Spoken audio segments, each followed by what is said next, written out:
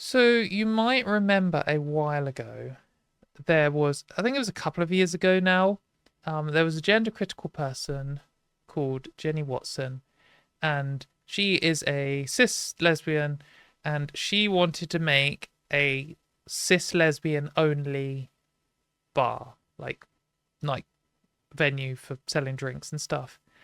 Um, and I thought she did a crowdfunder.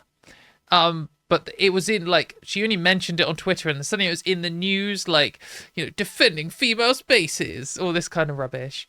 Um, and she said she was going to open a bar, and finally, after what years of planning, I presume, um, it came to fruition. And here it is. Unfortunately, this is a screenshot. She seems to have deleted this tweet, but there are other tweets about it. She says, "Today we make history.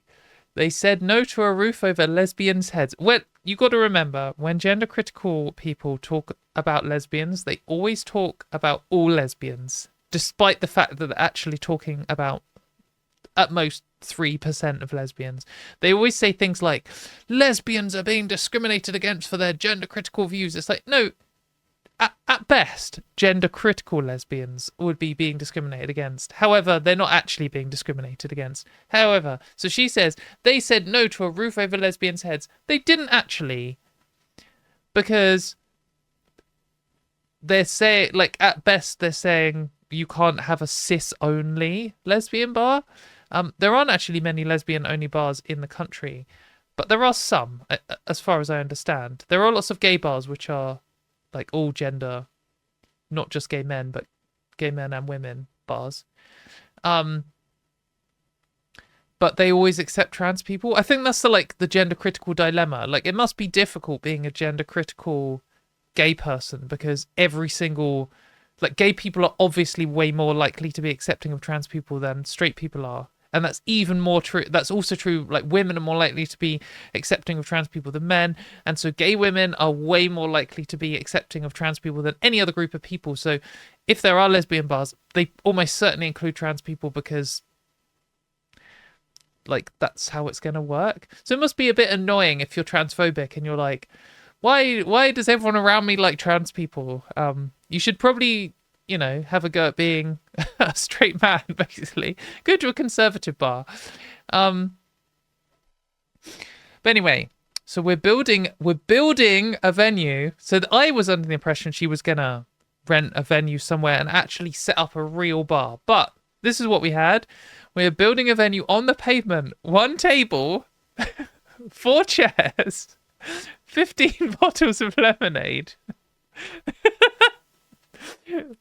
Okay, cool. Not really sure if this is what I was personally expecting when I heard of a gender critical cis only lesbian bar. I mean, what I imagined when I first heard it is that they would raise loads of money, because, gender criticals have like unlimited money. J.K. Rowling had slammed down a couple of tens of thousands of pounds or whatever. They would open up a bar. It would have loads of media attention. There would be this really embarrassing first night video where you're like, hang on, I recognize all of these people and half of these people aren't gay. Like surfacing of some embarrassing dancing. And then quietly 2 years later, it was shut down because no one went. That's what I was expecting. I wasn't expecting it to be quite this embarrassing. Where it was just like a table and some bottles of lemonade. 15! Like, maybe you mean like big. Would you just mean like 2-litre bottles of lemon? Not even like fancy, like posh London person bottles of lemonade. Maybe you just have 15 single serving bottles of lemonade. I don't know what's worse, to be honest. I don't know what's more embarrassing. But anyway, she says, the world's first female-only lesbian bar that actually excludes males. So the world's first cis-only lesbian bar.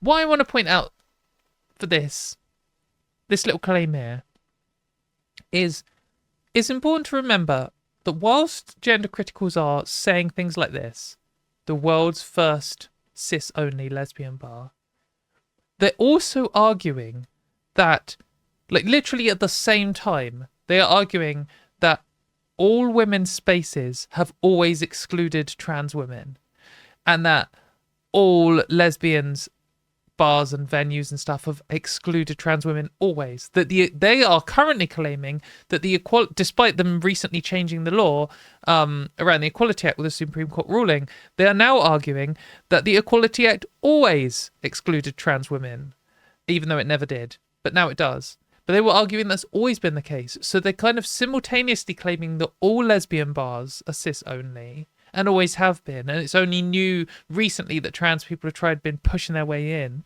But then also they know that's not true. Like that's the propaganda angle when they're talking to the news and stuff specifically on that topic.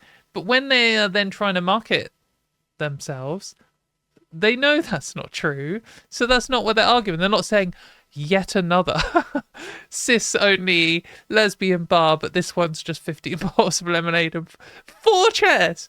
Mate, I've got 6 chairs in my house. Can't you find more than 4 chairs? Very embarrassing. But it was actually, oh, I am blocked. It's actually a bit more embarrassing than that. I was just trying to find this original tweet, and I was going through here with some of these posts, and so there was like this thing. I don't know if this is the same event or not. I don't know, but the big lesbian picnic, debating men. I don't know. But they had, where was this thing that I was looking at? Maybe that was a different thing. Hang on. Oh no, it's this other one. Oh, I've got to scroll down left. No, okay, it is the pavement bar. Okay, so there's these adverts for this pavement bar. So this is one of the early adverts, and I was just like scrolling through and seeing these change over time. She says, they blocked our lesbian venue, so we built a bar on the pavement. Pavement bar, the world's only licensed, female only, like too many uses of the word only here. The world's only licensed female only lesbian bar. But then, so that's still true here. So that was on the 9th of June. And then on the 10th of June, that was also true. And then we got the advert here on the 13th of June. Changed a little bit. They blocked our lesbian venue, so we built a bar on the pavement. The world's only female-only lesbian bar, brackets, bring your own booze, because they revoked our permission 3 days before the event. So this is like the culmination of years of planning. I don't know. It was certainly a big media event when it was announced. And it's turned out to be a table with 15 bottles of lemonade, and you've got to bring a beer along. Just kind of embarrassing overall. I think this is the picture from it. There's like 8 people there. No arrests, no prisoners. Oh, she's saying here that 50 showed up, but perhaps. But also 50 people is quite embarrassing when trans people are having like protests with tens of thousands of people at it. But you know, also another thing I stumbled across, and I don't really mean to dunk on Jenny Watson particularly because she seems kind of inconsequential and a bit wacky. But it did kind of make me laugh was this. So you might remember a few years ago, a Australian gender critical person started a cis-only dating app called Giggle. And they started this app, and then they implemented like face scanning technology to decide whether you're a man or a woman, which obviously didn't exclude trans women and blocked a bunch of cis women. And it even let some like cis men in. Because you'll never get like, when will they get into their minds they can't always tell who is trans or not? Like that, this is a problem with these like ridiculous hate movements, is when they believe they're in propaganda, it's all going to fall apart. If you base your technology on always being able to tell who's a man or a woman in your eyes, always being able to tell who's trans or not. Well, it's not going to work, is it? Because you know you can't do that. Like, you must know you're lying when you say you can always tell who's trans or not. You must know that. And if you don't, then you're just delusional. But it's not going to work anyway. What I also liked about this is Giggle has been out for years. They've already had a privacy scandal where they accidentally leaked everyone's details. They already had a court case where they lost in court because they said they were excluding trans women and someone sued them as discrimination. That's like the last 10 years worth of history. But then Jenny Watson come out with, last year we launched the first female-only lesbian app. Like, I mean, aren't you stepping on some toes here? I'm not sure that the Giggle lady will be particularly pleased to hear that your app is the first one. Men got in using Film My Friends. They probably just scan their own faces, mate. No loopholes, no excuses, no men. Built for lesbians. This isn't inclusive. Face scan, gate check. Like, I really doubt they used their female friends, their cis women friends. They probably just scanned their own face and got in. Because your app can't always tell. Like, at the very... It would never even be as good as a human about being able to tell the difference between cis and trans people. And humans can't do it. So ridiculous. We shut down, rewrote it, 5 months live, testing every single angle. We confirm. Anyway, they're back. New news. So there's a free advert. There you go, Jenny. Only 8 hours ago. So if you want to sign up to this app, then you have to be the right kind, have the right bone structure. Your phrenology has to be spot on, or it's not letting you in. Face scan, gate check, and then you can don't date other gender critical people. Or rather than doing that, and seeing as we know that Giggle accidentally leaked all of their users' data, if you want to trust a more established dating app, what you could do to achieve the same dating pool is sign up to a normal dating app, and then in your bio, or as like your first picture, just write, I hate trans people. Because you'll only get other gender critical people. You won't get any, like, you obviously don't want to pair into trans people. Like, you've gone to, like, in crazy great lengths here to, like, build an app just because you, don't want to match. Like, this whole thing is so contradictory because if you're in a dating app and you're scrolling and you see a trans person and you hate trans people, you're not going to match them, are you? So it's not even a real problem. The only problem is if you see someone you're attracted to and you match them and then you find out they're trans, which I'm sure absolutely happens, and they've probably been annoyed about.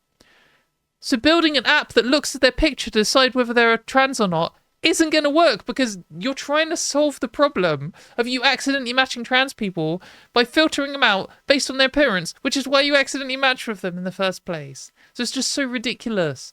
And if you just wrote, I hate trans people on your profile across your main picture, no trans person's going to match with you and you can safely match with everyone you're attracted to. There's just an easy solution, and it doesn't cost how many thousands of pounds this took to build, and it won't accidentally leak the user data, which I have no idea whether Jenny's app will do. I'm sure it's very secure. But I mean, I just do not see what the use case for this. I don't care if this exists at all. I mean, this isn't this isn't for me for a number of reasons. But like, if they did a dating app, like they do any combination of dating apps and just say they're cis only, like, have your own little fucking supremacist app. I don't care. It's just kind of embarrassing, and you're just going to be self-selecting for all the most, like, worst people on earth.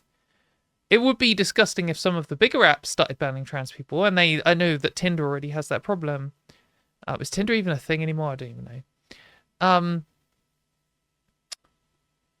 But that's, mainstream apps that are worth combating. If you just want some little weird, like, right-handed only app or whatever, then just fucking do it. Who cares? Also, just one last thing. Sorry, Jenny. Unfortunately, she's deleted this. I should have archived it. Note to self, always archive these things when you see them. But someone found she'd written a blog called Turf Island is a Lie. The GC movement runs on class-based abuse. It flatters the women who always had power and burns the rest of us alive. She wrote this very vague, very angry post about gender critical people, kind of calling them out for what we all know they are. Just like being right-wing and wanting to maintain power structures and hierarchies and stuff. Yeah, we know. Unfortunately, we can't read through it because it's gone. So I should have archived it. But there you go. Now you know who this person is, and we'll probably see in a few years when their app doesn't work out or they open a bar which is 2 tables and 8 chairs with 30 bottles of lemonade, and we will see who gets the last laugh then.